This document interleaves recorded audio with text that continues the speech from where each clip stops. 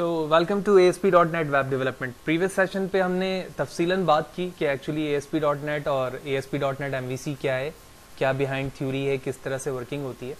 तो अब बाकायदा डेवलपमेंट की तरफ मूव करते हैं और समझते हैं कि एक्चुअली कंट्रोलर का कॉन्सेप्ट क्या है, किस तरह से कंट्रोलर वर्क कर रहा होता है।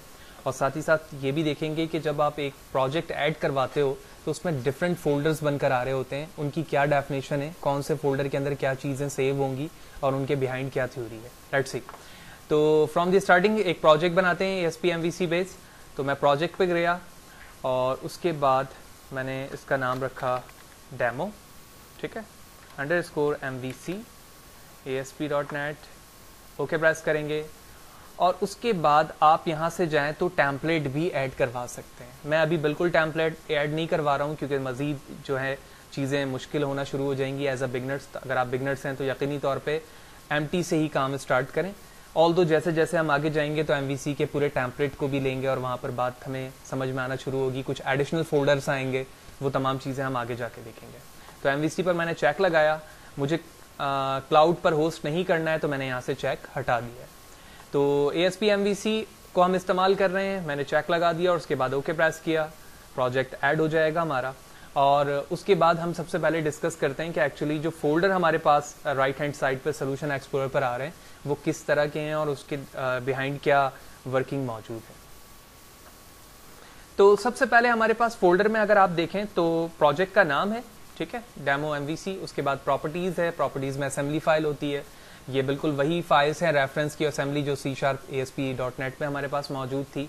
और ये रेफरेंस का फोल्डर है कि जितने भी रेफरेंसेस आपके पास मौजूद हैं, जो नेम स्पेसेस आप अपने प्रोजेक्ट में इस्तेमाल कर रहे हैं, वो तमाम यहाँ पर मौजूद हैं, इंस्टॉल्ड हुए हैं। इसके बाद हमारे पास है ऐप डेटा। ऐप डेटा का ये फोल्डर उन तमाम डेटाबेस की फाइल्स को स्टोर करेगा जो आप अपने होल डेटाबेस या होल वेबसाइट के अंदर इस्तेमाल करेंगे। इसके बाद है हमारे पास ऐप स्टार्ट।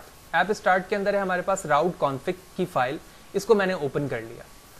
तो इस फाइल के अंदर आप देख रहे हो कि दो राउट्स हैं हमारे पास, एक ये राउट्स है और एक ये राउट्स है। इस राउट्स को हम लास्ट में डिस्कस करेंगे। सबसे पहले हम अपने इस राउट्स पे आते हैं जिसका नाम है मैप राउट। मैप राउट के अंदर बताया जा रहा है कि जो राउट्स पर वर्किंग है ना जो कंट्रोलर की, वो डिफॉल्ट है। यानी जब आप अपने प्रोग्राम को कंट्रोलर बनाने के बाद रन करते हो तो वो किस तरह से आउटपुट स्क्रीन पर वैल्यू को लाकर शो कर रहा है डिफॉल्ट तौर पर, वो राउट्स के अंदर बताई गई है। क्या है उसके URL को रीड करने का तरीका कि सबसे पहले आप लिखेंगे अपने कंट्रोलर का नाम, उसके बाद अपने एक्शन मेथड का नाम, ठीक है, और उसके बाद ID अगर उसकी जरूरत है। अगर ID की जरूरत नहीं है तो आप नहीं लिखेंगे क्योंकि आप फंक्शन बनाते हैं विदाउट ID भी और विद ID भी। तो उसी चीज को यहाँ पर डिफॉल्ट तौर पे किस तरह से शो किया गया है। सबसे पहले कंट्रोलर का नाम डिफॉल्ट तौर पे क्या है यहाँ पर, होम।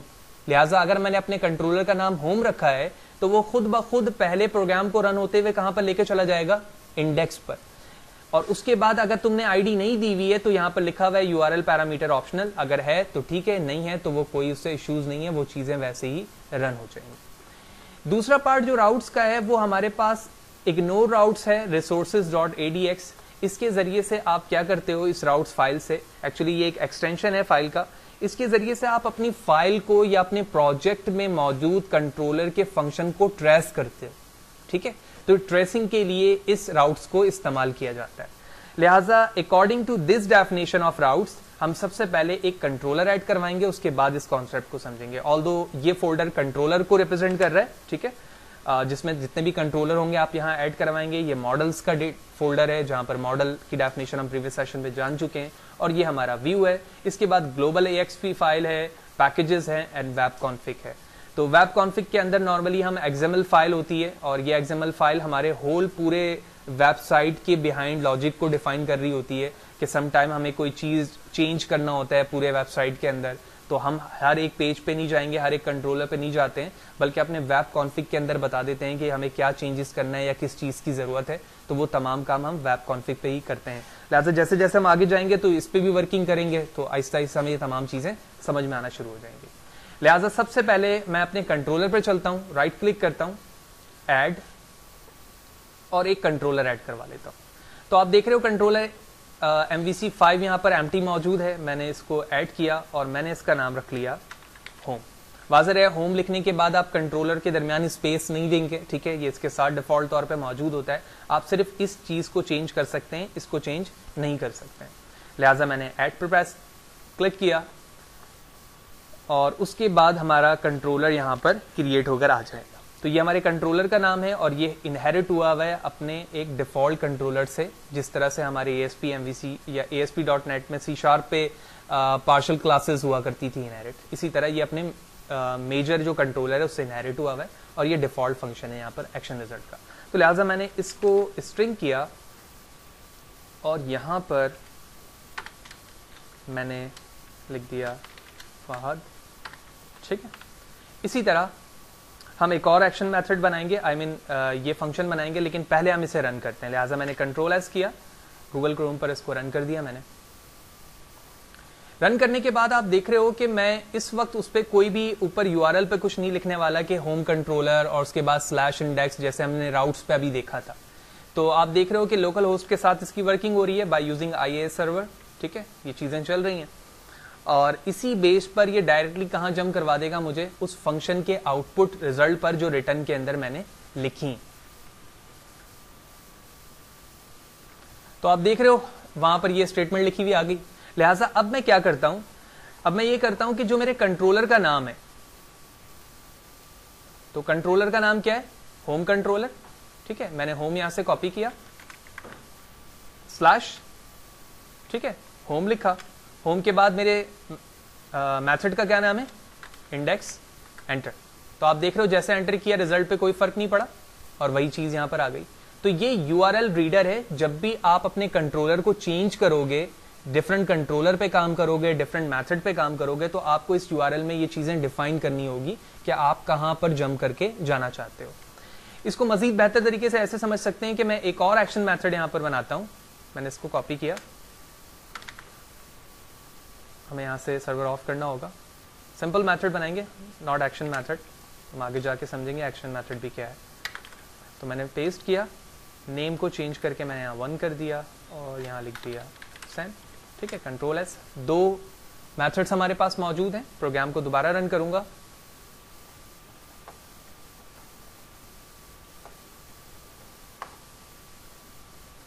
ठीक है। तो इस वक्त मैं अपने कंट्रोलर पे मौजूद हूँ, होम के इंडेक्स मेथड पर। लिहाजा मैं यहाँ पर लिख के भी दिखा देता हूँ। तो हमने यहाँ पे लिखा होम कैपिटल I के साथ इंडेक्स, ठीक है, एवरीथिंग ओके। अब इंडेक्स के साथ मैं क्या लिखने वाला हूँ, 1, एंटर, और देखो खुद ब खुद हमारा आउटपुट चेंज हो गया। तो इन दोनों चीज़ों को हमने देख लिया कि अगर एक से ज़्यादा हमारे पास मेथड होंगे कंट्रोलर पे, तो हम अपने URL को किस तरह से चेंज करेंगे और चेंज करने के बाद अब उसे रीड करवा सकते हैं। नाउ अब उसी राउट्स के डेफिनेशन के रिस्पेक्ट से हम अपने फंक्शन को चेंज करने लगे हैं विथ रिस्पेक्ट टू पैरामीटर्स। लिहाजा मैंने यहाँ पर एक पैरामीटर लिखा और मैंने लिख दिया यहाँ पर इंटीजर, क्या ऑफ करते हैं, और मैंने यहाँ लिखा इंटीजर रोल नंबर, ठीक है, और इससे मैंने यहाँ पर कॉनकैटिनेट करवा दिया।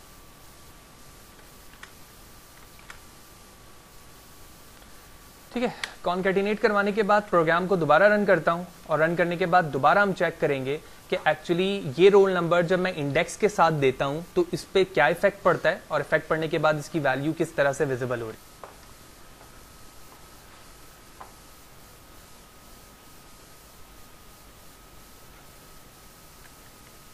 ओके जी, तो there is something wrong, parameter names में कुछ मसला है, तो हम चेक करते हैं। तो यहाँ पर जो मसला है वो ये है कि हम जो रिटर्न करवा रहे हैं वैल्यू वो स्ट्रिंग में है, लेकिन मैंने पैरामीटर यहाँ पर क्या लिया हुआ है, इंटीजर में लिया हुआ है। लिहाजा मुझे यहाँ पर पैरामीटर भी किस में लेना पड़ेगा, स्ट्रिंग में लेना पड़ेगा। तो मैं इसे चेंज करता हूँ string and let's see, control S and run. Okay, तो फेयर एवरीथिंग। तो लेट्स सी हम किस तरह से URL पास करेंगे जिस तरह से हमें राउट्स में बताया गया था। तो इंडेक्स लिखने के बाद जो ऑप्शनल आईडी के लिए क्या था कि आप वो आईडी लिखें या ना लिखें, ठीक है, तो भी आपका फंक्शन चलेगा। तो आईडी जब मैंने नहीं लिखी है तो भी हमारा फंक्शन चल रहा है। तो अब मैं आईडी लिखने लगा हूं, तो मैंने यहाँ पर 1 लिखा और एंटर प्रेस किया, ठीक है। तो आप देख रहे हो कि वो आईडी लिखने के बाद भी हमारी वैल्यू उसी तरह से यहाँ प्रिंट हो रही है, लेकिन वो वैल्यू प्रिंट होकर नहीं आ रही है जो हमने कॉनकैटिनेट किया था। तो उसकी क्या वजह है वो हम चेक करते हैं। तो स्ट्रिंग रोल नंबर कॉन्कैटिनेट भी करवाया है हमने। तो लेट्स सी अगेन।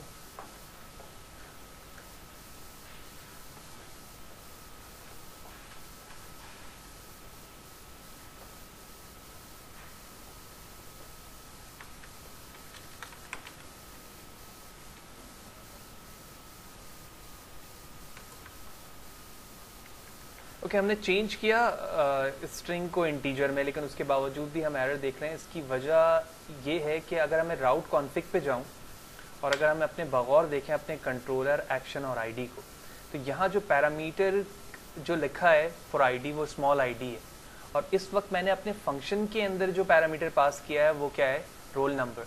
तो लिहाजा मैं अपने कंट्रोलर पर आऊँगा और यहाँ से इस रोल नंबर को करता हूँ कॉपी, ठीक है, जो मेरे मेथड पे था, राउट कॉन्फ़िग पे गया, इससे चेंज किया, और इसी तरह ये जो आईडी फर्दर यहाँ पास हो रही है उसको मैंने चेंज कर दिया, कंट्रोल एस किया, दोबारा आया मैं अपने होम कंट्रोलर पर, एवरीथिंग इज ओके, ठीक है। जूम आउट करता हूँ, कंट्रोल एस, प्रोग्राम रन करते हैं एंड लेट्स सी।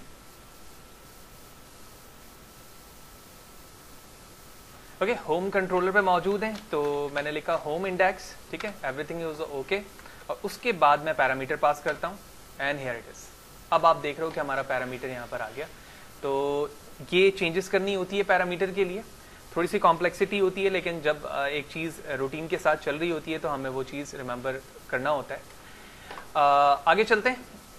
फाइनल इस सेशन के अंदर जो हमारा पार्ट है वो है ट्रेसिंग का, ठीक है, कि हम अपने ASP/MVC को ट्रेस किस तरह से कर सकते हैं। तो इसके लिए मैं वेब कॉन्फ़िग पे जाऊंगा, और वेब कॉन्फ़िग की फाइल के हवाले से बात करें तो ये एक XML फाइल है और इजी अंडरस्टैंडेबल है ह्यूमन के लिए as compare to machine language.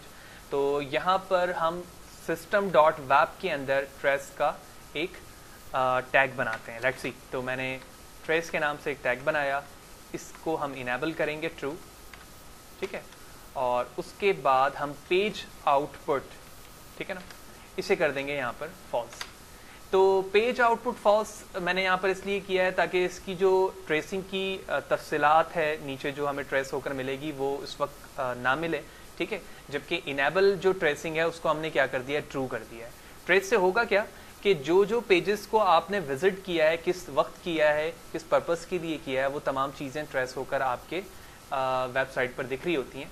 लिहाजा इसको अंडरस्टैंड करने के लिए मैं अपने कंट्रोल पर वापस चलता हूँ, ठीक है, और प्रोग्राम को दोबारा रन करते हैं। अच्छा जी, मैं यहाँ पर हूँ,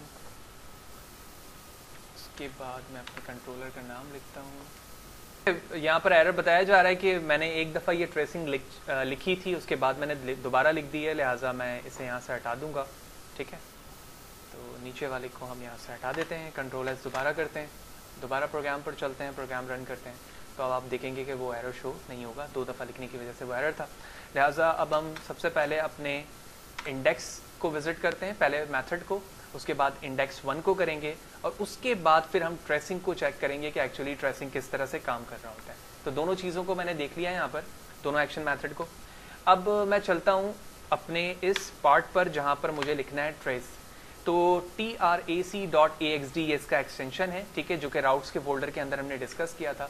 मैंने ट्रेस जैसे ही एंटर किया लिखने के बाद, तो आप देख रहे हैं कि ट्रेसिंग में डेट एंड टाइम के साथ तमाम तफसीलात लिखी हुई आ रही हैं कि आपने किस वक्त किस कंट्रोलर से किस फंक्शन को क्या किया है, एक्टिव किया है। और अगर आप इसकी व्यू डिटेल पर जाएंगे तो तमाम इसकी तफसीलात लिखी हुई आएंगी कि वो किस तरह से नेविगेट हुआ, किस किस मेथड को इसने यूज़ किया, HTTP प्रोटोकॉल को यूज़ किया, एंड सो ऑन। ये तमाम तफसीलात यहाँ पर आएंगी। इन तफसीलात को अगर आप ऑफ करना चाहते हैं तो इसके लिए आपको क्या करना होता है, जो वेब कॉन्फ़िग के अंदर हमने यहाँ पर इसे फॉल्स किया है, आप इसे क्या कर दें, ट्रू कर दें, ठीक है। और राउट्स के हवाले से मैं बात करूं, जहां पर मैं AXD लिख रहा था, तो वो ये एक्सटेंशन है जो कि ट्रेस की है, और हमने trace.axd लिखा तो वो तमाम चीज़ें वहां पर विजिबल हो गई। तो इस सेशन पे तफसीलन हमने बात की कि कंट्रोलर क्या है, किस तरह से वर्क करता है, controller with parameter, without parameter हमने देखा, और उसके बाद हमने ये देखा कि ट्रेसिंग किस तरह से होती है, उसकी वर्किंग क्या है, और हमने वो हैंडल करके भी देखा। अब सो ऑन जिस तरह से मूव आगे होते जाएंगे तो हम कंट्रोलर से व्यू के रिलेशन को जानेंगे कि एक्चुअली कंट्रोलर का व्यू के साथ क्या रिलेशन है और वो किस तरह से वर्क कर रहा होता है।